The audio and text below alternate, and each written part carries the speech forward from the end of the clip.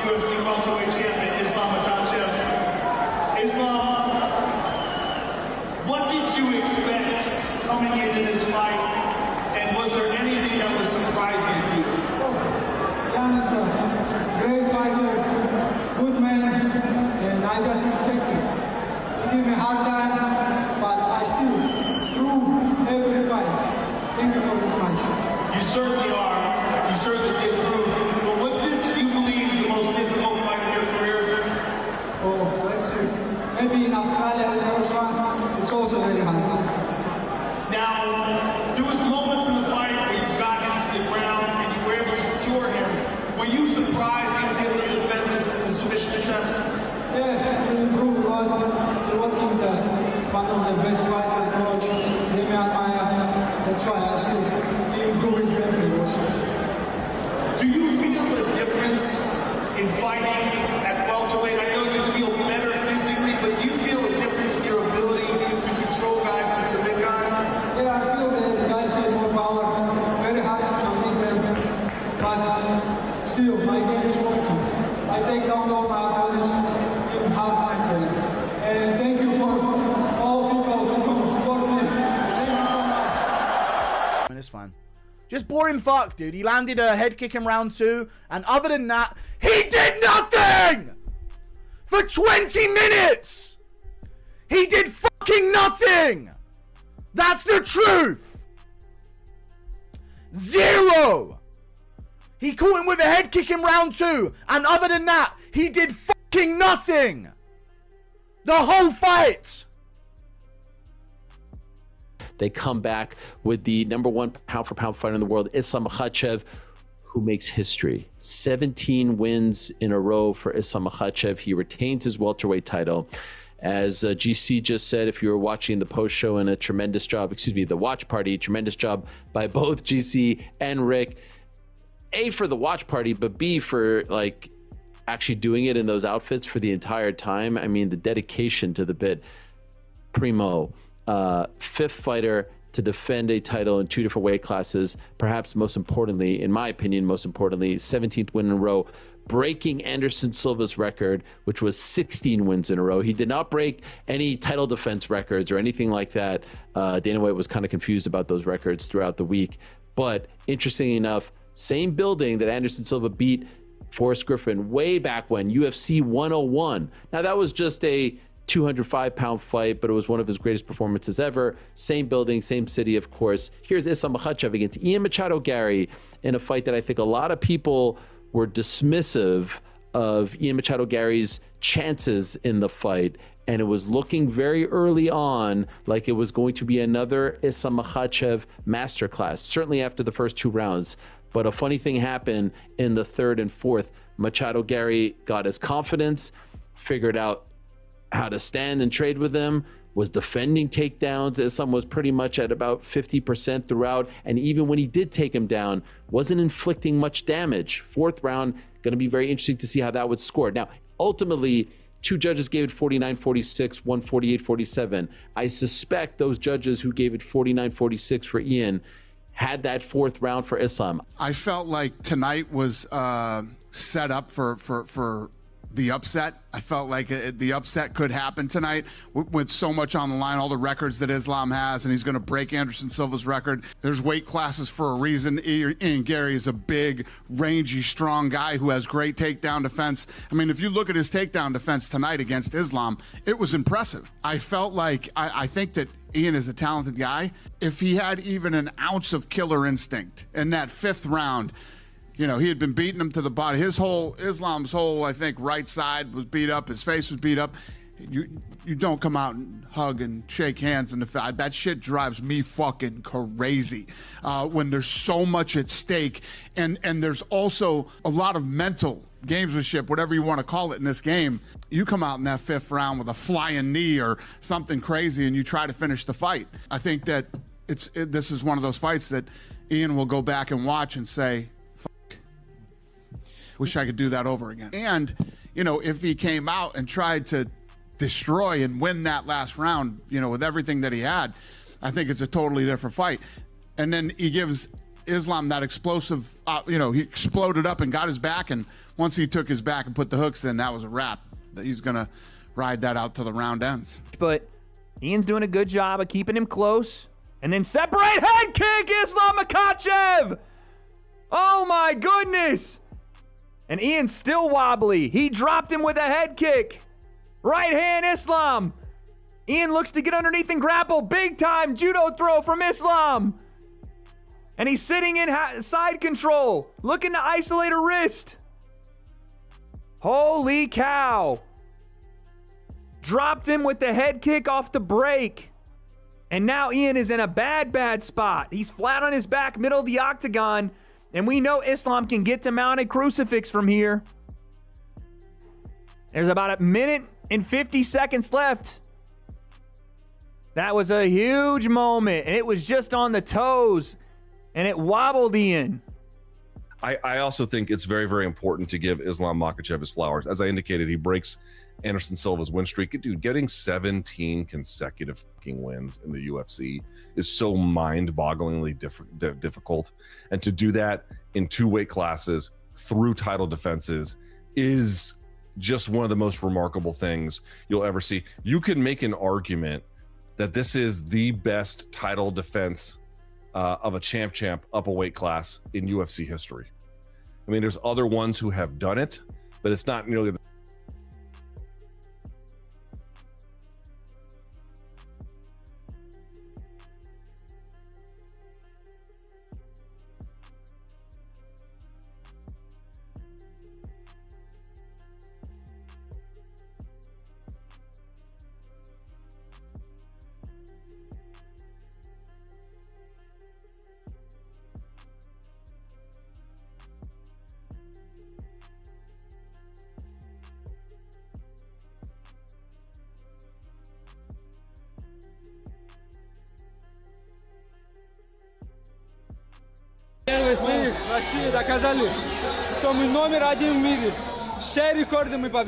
Striking are always improving, but when you look at Islam Makhachev and the way that he ragdolls everyone, when he gets a hold of them, and more importantly, when he gets them up against the fence, sometimes those long legs, and that gives him a chance to catch Makhachev while standing and striking before Makhachev can get in range to catch him.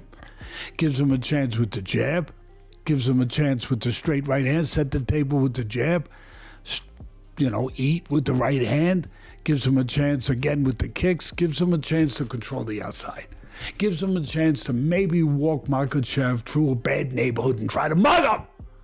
Makhachev don't get mugged, but a chance, that's all. Is right now the best fighter that the UFC has, a one-off top 2. If you put a gun to my head, who I'm going to put money on this fight, I have to go Islam. Because again, he's proved me wrong so many times, proved himself right so many times, and proved their pedigree, their lineage over there. This is his new weight class. He's done it right. He took it off the former champ with ease. So yeah, I have to go Islam. But you have moments like UFC 250, when the deck is stocked against Justin. Look what he did. He just had a stellar performance, masterful, overcame adversity to become champ on the White House lawn. That's magic. This is another one of those fights where I'm like, this is it. Like, Ian's come to this point now to prove that he's the best in the world, and he's called his shots. So if he does it, woo, it'll be beautiful, it'll be magical. I like those stories. Do not be surprised of Ian the first 2 rounds, bro. Ian is gonna use his reach. He's gonna be smart.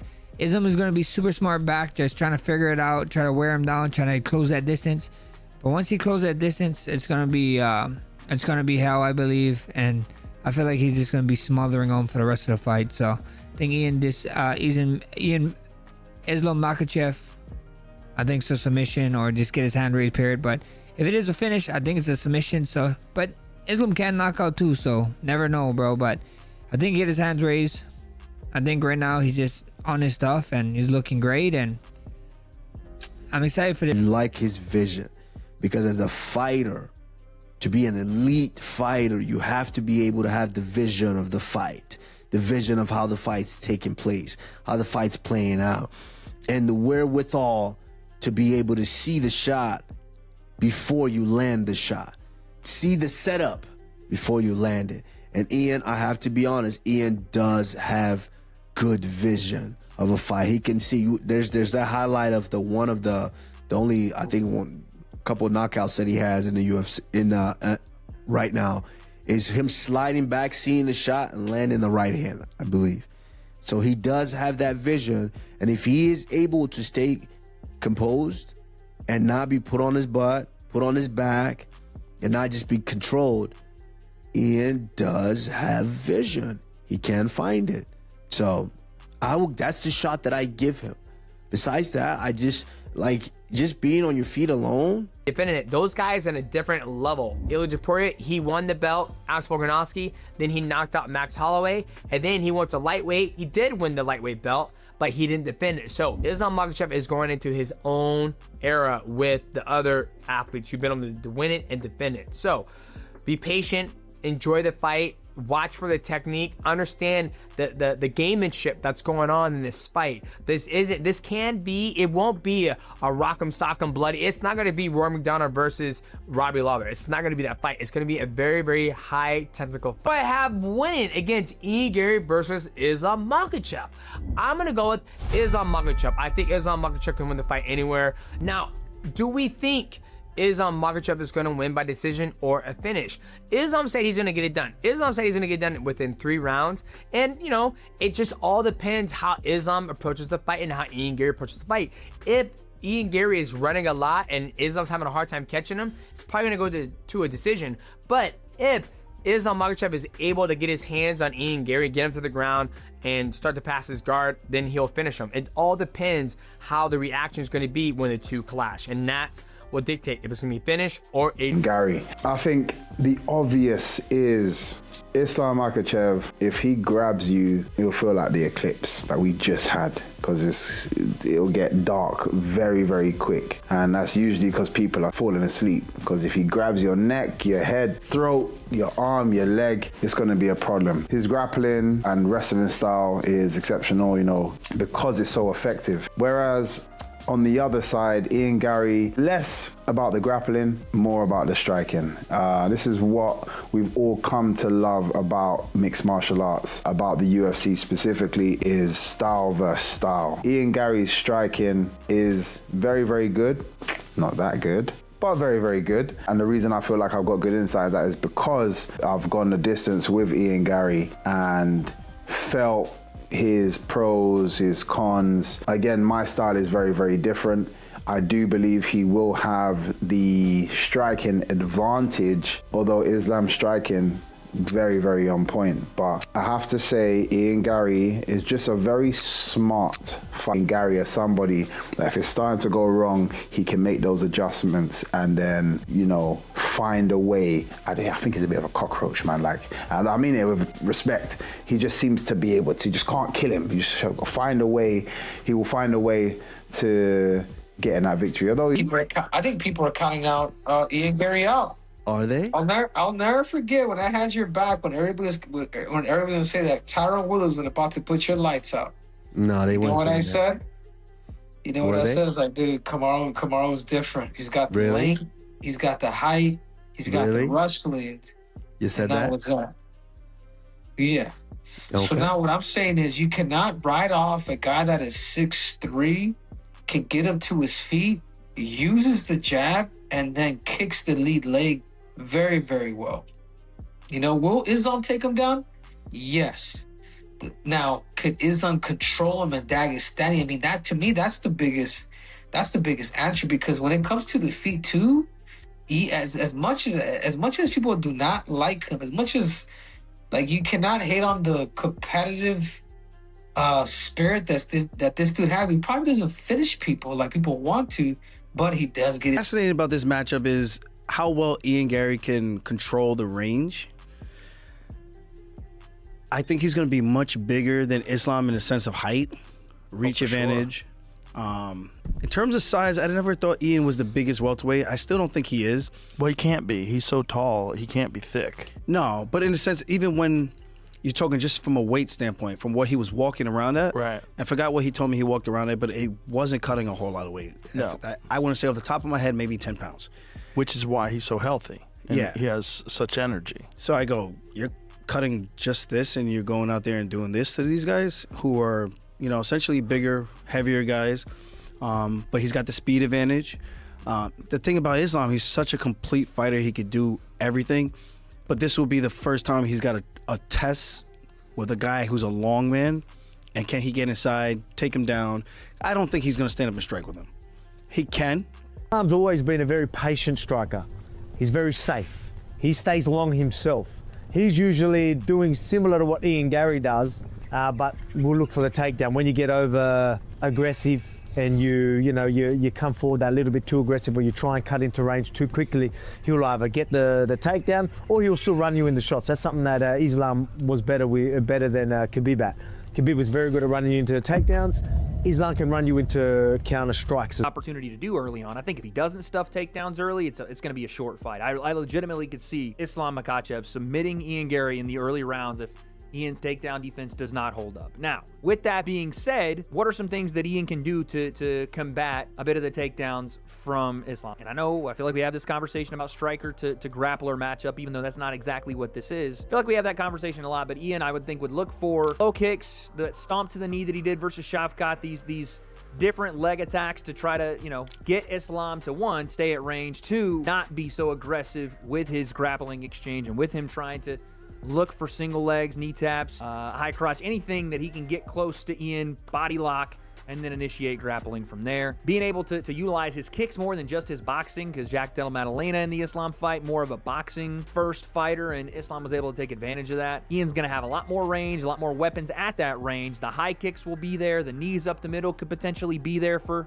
Wow, what a fight. Islam Makhachev is still the UFC welterweight champion, and with this win, he makes history with 17 straight UFC victories, breaking Anderson Silva's record of 16. Coming into this fight, many people expected Makhachev to control Ian Machado Garry with his wrestling and grappling. Garry was the bigger and longer fighter, with a strong jab, straight right, kicks, movement, and improving takedown defense. The first 2 rounds looked like another Makhachev masterclass. He was able to take Garry down and control him, but Garry showed much better defense than many expected. He stayed composed and made Makhachev work. Then the fight started to change in the 3rd and 4th rounds. Garry became more confident on his feet. He defended more takedowns and started finding success with his striking. Makhachev still controlled the fight in important moments, but he did not look as dominant as he had early on. One of the biggest moments came when Makhachev landed a head kick that dropped and badly hurt Garry. He quickly followed it with a takedown and moved into a strong control position. That showed exactly why Makhachev is so dangerous. He can hurt you standing, take you down, and control you on the ground. The judges ultimately gave Makhachev the decision. 2 judges scored it 49-46, while another scored it 48-47. There was also criticism of Garry's approach in the final round. Some believed he needed to take more risks and search for a finish instead of simply surviving. His body work had clearly affected Makhachev, and there was an opportunity to push harder. But once Makhachev took his back, Garry did a good job staying close and limiting the damage until the round ended. Still, we have to give Makhachev credit. Winning 17 straight UFC fights is an incredible achievement. Doing it while moving up in weight and winning another UFC title makes the accomplishment even more impressive. Before the fight, many experts focused on the same question. Could Garry keep the fight at long range, or would Makhachev eventually close the distance and take him down? Michael Bisping believed Makhachev's wrestling and control would be the biggest problem for Garry. Teddy Atlas focused on Garry's long legs, jab, straight right, and kicking game. Israel Adesanya also picked Makhachev, but believed Garry had the confidence and talent to make things difficult. Max Holloway expected Garry to use his reach early, while Demetrius Johnson predicted a technical fight where timing and technique would be extremely important. Kamaru Usman also pointed to Garry's size, reach, and ability to read a fight. Michael Venom Page praised Garry's striking intelligence and ability to adjust when things go wrong. Henry Cejudo and Aljamain Sterling also highlighted Garry's size and improving takedown defense. Alexander Volkanovski explained that Makhachev is not only a patient striker, but also excellent at turning an opponent's aggression into takedowns or counterstrikes. In the end, this matchup delivered exactly what made it so interesting: Garry's range and striking against Makhachev's wrestling, grappling, patience, and control.